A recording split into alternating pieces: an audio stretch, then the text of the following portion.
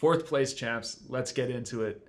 Okay, so lately there's been a lot of big news regarding esports. Recently we had the Dota 2 International here in Vancouver. I'm here with my boy Justin, and he actually attended the event. So why don't you give us a little bit of a lowdown on that? Man, this event was crazy. So the entire tournament, $25 million is put into this tournament, which is record breaking for esports. Can be compared to other pro sports in that right. So just a crazy amount of money. First place champs end up going home with $11 million. And this is an experience unlike Rogers Arena has ever seen. We have a lot of older, different people working there at the arena. They've never seen this kind of thing come in, right? They've never heard of it's a full day event, right? Kids are there for 12 hours. Some of them on the championship, the Friday and Sunday, waiting outside for an hour and a half, just to get the best spot to watch people play video games. And I know personally, my parents and people like that, they can't get their heads around that. They can't understand why people would pay hundreds of dollars to go watch people play video games. But I think you have to realize that this is a real contender. I know we're going to talk about it going to the Olympics, but it was an incredible event. Ended up being taken by a team that was from kids all over the world. So the whole world's engaging in it, and the world of sport better watch out, because esports is moving fast. Yeah, definitely. I remember it was a little quote that came out before about esports. Like it was always like from the parents' perspective, it was like, why are you spending all your time watching these kids play video games? And then the kids like, well, why are you watching all these other dudes play sports like football and stuff, right? Like you're just sitting there watching. It's the same thing. Yeah. But I think it's because it's like it's a different skill set. I think the fact that it's like esports, people, they're kind of like resistant to it. Like I think there's almost a questioning of like the legitimacy of it being an actual sport.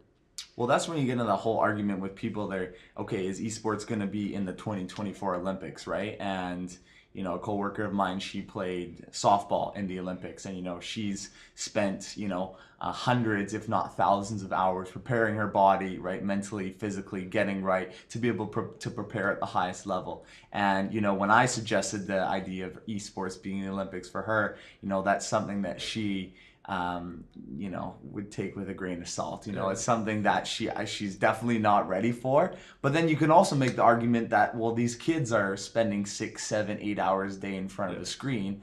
They're preparing too. They're just not.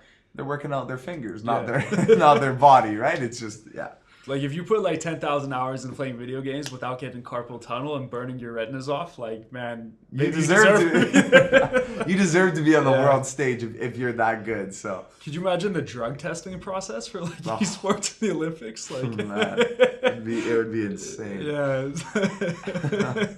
I don't know, man. Some of these guys may not even qualify, right? Yeah. No, completely. Yeah. So what do you think of that Nike campaign with Colin Kaepernick? Well, it came out today. I was passed on the email, and I was able to watch the video.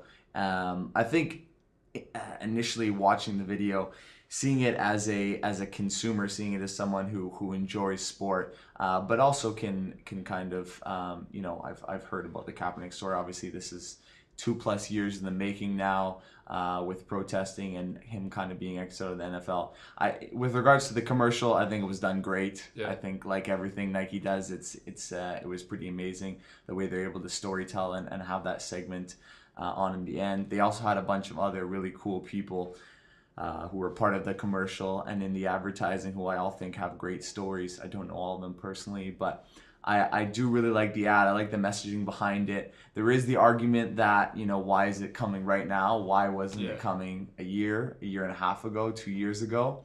But at the end of the day, you can also look at it from a business perspective. Nike's a business. They're in it to make money. So I think you're playing with a fine line. There's definitely going to be some distinct perspectives on both sides of the story. Definitely, yeah. Like there's been videos of like kids like burning their Nikes online. Some of them I question the legitimacy of those videos, because now you're seeing people like take a certain side or just like trolling people just to make something go viral. So because the majority of the like people looking at it, they view this Nike campaign in a positive light, because at the end of the day, the message is like it's kind of like dream bigger. Like, why are you setting your limits? Like you gotta dream crazier. So I thought that was cool. And like for Nike to kind of take the Colin Kaepernick, like his side, because they're a major partner of the NFL too, right? They do all the uniforms. So to take that stance with him, like that's balls. So like shout out to Nike for that.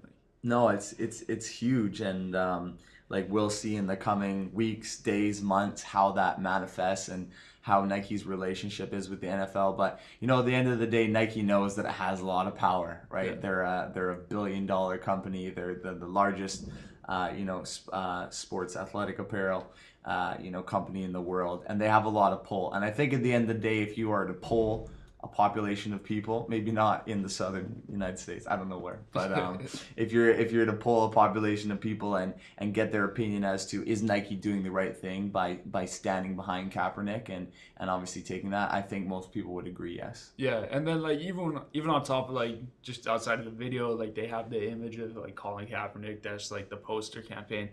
And if you look at the guys that are retweeting and posting that, like a lot of guys around the league are kind of like just having his back. So that's kind of cool, right? Because some of these guys, like playing for that league, taking that stance, you don't know if it's going to have repercussions in the future, right? But yeah, I think he's totally embraced his position. And like you said, he's getting support from all over the league. It's not about race. It's not about religion. He's had support from all kind of corners of the world.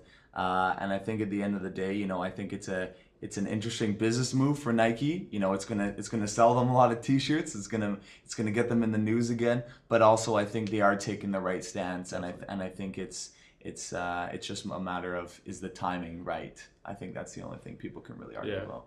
Yeah. So we got NBA season coming up pretty soon here. Yeah. What are you thinking for this year? You think we're just gonna see? Because now that there's been a lot of movement this offseason, right? So crazy offseason. We're not going to see another Warriors Cavs final for sure, because there's no way the Cavs are. Yeah, Warriors Celtics this year.